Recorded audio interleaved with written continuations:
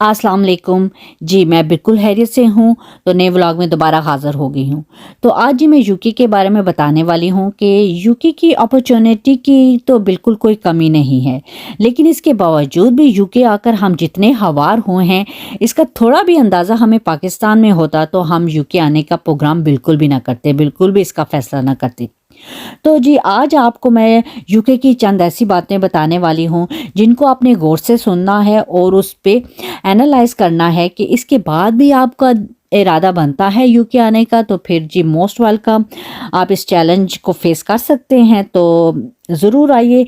जैसे कि मैं पहले बता चुकी हूँ कि यहाँ की अपॉर्चुनिटी की कोई कमी नहीं है, तो मोस्ट वेलकम। ज़रूर यहाँ आएँ और आके अपना सेटल डाउन करें।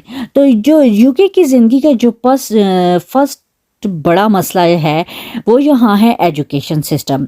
जो मेजॉरिटी लोग यहाँ पे मूव करना चाहते हैं वो यहाँ के बच्चों की तालीम एजुकेशन सिस्टम की वजह से यहाँ पे मूव करना चाहते हैं कि यहाँ पे सब अच्छे स्टडी होती है, जैसे कि इंग्लिश, साइंस, मैथ जो सब्जेक्ट्स हैं। अगर देखा जाए तो यकीनन बहुत अच्छे पढ़ाए जाते हैं, लेकिन आप उनके अलावा देखें कि बच्चों को किस किस्म की इंफॉर्मेशन दी जाती है, एक्सपोज की जाती है। बहुत सी छोटी सी उम्र में बच्चे को LGBTQ और फास्ट एजेंडे के बारे में बता दिया जाता है, तो इंट्रोड्यूस किया जाता है।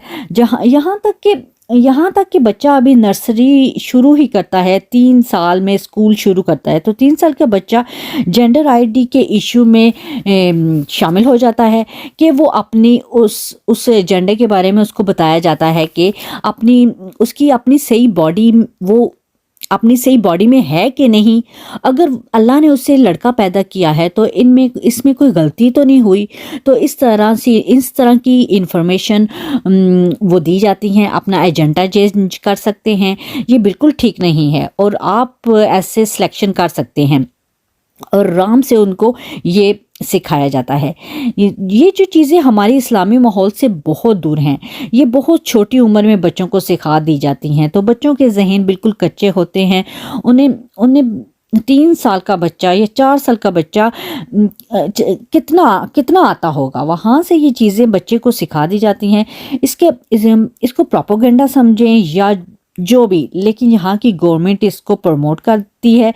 यहाँ पर इन आइडियाज़ के खिलाफ हम बात भी नहीं कर सकते, ओपनली इसको डिस्कस नहीं कर सकते। अपने बच्चे की जो भी तरबियत करनी हो तो वो बहुत ज़्यादा चैलेंजिंग हो जाती है यहाँ पे। तो इन सब के बारे में बच्चों को सिखाते हैं ये सब, आपका बच्चा अपनी वैल्यू से भी दूर हो जाता है, तो पीछे बहुत मुश्किल हो जाता है कि उनको सिखाना और उनकी तरबियत करना। तो यूके की ज़िंदगी का सबसे बड़ा प्रॉब्लम, जो दूसरा वाला प्रॉब्लम है, वो ये है सिक्योरिटी सिस्टम।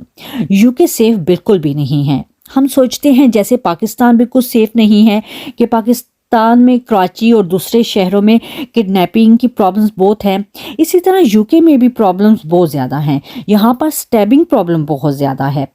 आपको हर हफ्ते एक आध न्यूज़ ज़रूर मिल जाती होगी, और ये प्रॉब्लम टीन एज बच्चों में बहुत ज़्यादा है। तो बेसिकली यहाँ आके भी आप सेफ बिल्कुल भी नहीं है। वही क्राइम्स यहाँ पे डिफरेंट नामों के साथ अवेलेबल हैं। तो यूके में भी क्राइम की प्रॉब्लम उतनी है जितनी ही पाकिस्तान में क्राइम प्रॉब्लम है। अगर यहाँ की पुलिस को देखा जाए तो यहाँ की पुलिस का भी वही सिस्टम है। जब भी कोई प्रॉब्लम या कोई पुलिस या चोरी या कुछ भी हो जाए तो पुलिस कुछ भी नहीं करती और आप अपसेट ही रहते हैं। तो इसके अलावा यूके के इशू इतने बड़े हैं जो अगर बात की जाए तो बात ख़त्म ही नहीं होती। तो ये आपकी क्वालिटी ऑफ लाइफ को बिल्कुल बहुत अफेक्ट करते हैं। यूके की ज़िंदगी का जो तीसरा अगला बड़ा इशू है वो है जी अकेलापन। यहाँ के अकेलेपन की वजह से बहुत सारी बीमारियां हैं, बहुत ज़्यादा लोग बीमार हैं। किसी के पास टाइम ही नहीं है। हर इंसान अकेला है। जब इंसान अकेला होता है तो डिप्रेशन की बीमारी का वो और डिप्रेशन की बीमारी बहुत कॉमन है, यहाँ पे बहुत ज़्यादा है। यूके की ज़िंदगी एक्सप्लेन नहीं कर पाते।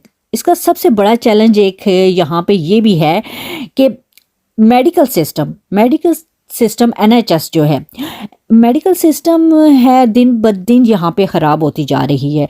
यहाँ पर डॉक्टरों की अपॉइंटमेंट नहीं मिलती, बिल्कुल भी अवेलेबल नहीं है। कि कोई प्रॉब्लम हो जाए तो जी घर की सिंपल अपने पैरासीटामोल ले लो, ये छोटी मोटी दवाइयाँ ले लो, अपना इलाज करा लो। और जब अगर कोई बड़ा इशू हो जाए, अपना बड़ा चेकअप कराना पड़ जाए, तो साल साल की अपॉइंटमेंट देते हैं। तो जब अपॉइंटमेंट हो जाती है तो डॉक्टर फिर चेक करके फिर और अगले साल की अपॉइंटमेंट दे देता है। तो जी यूके की ज़िंदगी में बहुत बड़े बड़े इशू हैं। तो अगर हम यूके की ज़िंदगी का अगला प्रॉब्लम अगर डिस्कस करते हैं, देखें तो घर के अंदाज़ा कोई ऐसी फैसिलिटी नहीं होती। हर काम इंसान को खुद ही करना होता है। घर का काम, अपना काम, बाहर का काम, जॉब करनी होती है, शॉपिंग करनी होती है। बहुत छोटे छोटे ये इशू बहुत छोटे छोटे लगते हैं, लेकिन जब सब ऐड हो जाते हैं ना तो बहुत मुश्किल हो जाता है। तो दिन में 24 आवर्स ही होते हैं, जिनमें से हमने अपने आप को भी देखना है, घर को भी देखना है, बाहर को भी देखना है। तो जी दैट्स इट, ये जी यूके की ज़िंदगी है। अगर आप आना चाहते हैं तो मोस्ट वेलकम। तो इसके साथ मुझे दें इजाज़त। तो मैं उम्मीद करती हूँ मेरी यूके की ज़िंदगी आपको अच्छी लगी होगी। तो ये चैलेंजिंग लाइफ अगर आप इसको हैंडल कर सकते हैं तो मोस्ट वेलकम, ज़रूर आइएगा। तो इसके साथ मुझे दे इजाज़त। तो मेरा व्लॉग ज़रूर देखिएगा। मैं उम्मीद करती हूँ ये व्लॉग आपको अच्छा लगा होगा। तो सब्सक्राइब करना, लाइक करना, कमेंट देना बिल्कुल ना भूलिएगा। तो इंशाल्लाह नए व्लॉग में दोबारा हाज़िर होती हूँ। तो अल्लाह हाफिज़, टेक केयर।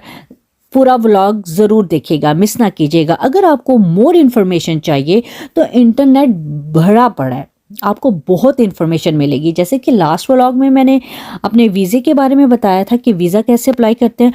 और मोर इन्फॉर्मेशन चाहिए, ऑनलाइन आप ओपन करें, आपको प्लेंटी ऑफ इन्फॉर्मेशन मिल जाएगी। तो अल्लाह हाफिज़, टेक केयर, बाय।